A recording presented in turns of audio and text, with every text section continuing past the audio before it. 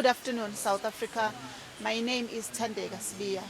I'm from KwaZulu-Natal. I'm a teacher by profession, but I've left the profession for maybe 6-7 years to pursue I received a scholarship from delegates with the Hungarian government to pursue my studies in Hungary. So now I'm a qualified PhD holder. Yes, summa cum laude. Yeah. So now I was invited to this summit because I'm in the steering committee for the National Dialogue. I'm still representing South Africans in the diaspora.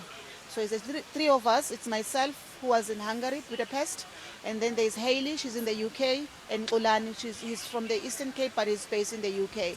So we believe that, through the G20 and other structures, we are able to voice our concerns as South Africans. Particularly this morning, I was very much impressed because we got an opportunity to speak about how climate justice can be explored, from different aspects or different perspectives.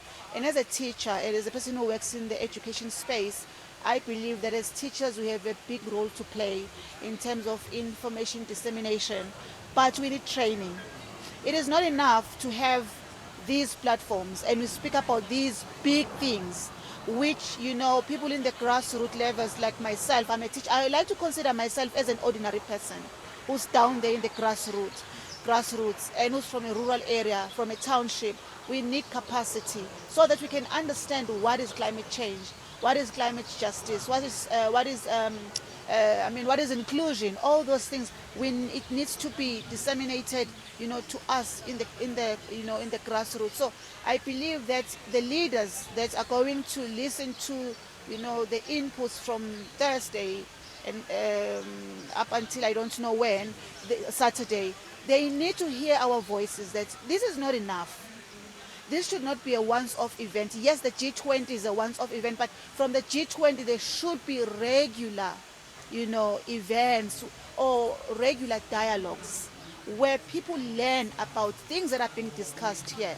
So I think this could be a good start, but also again, civil organization or civil movements, I believe that they do have a very big role to play in terms of, information dissemination as well. So the government shouldn't ignore civil organizations.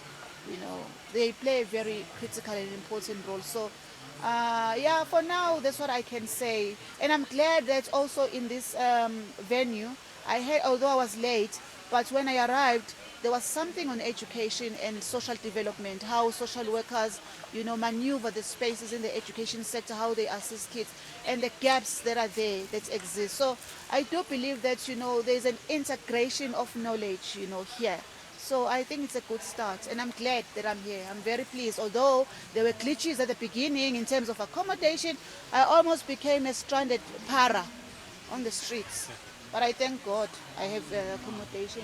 But there is water under the bridge now. What is important that I am here to contribute as a South African who loves South Africa, who's patriotic about South Africa. Thank you so much.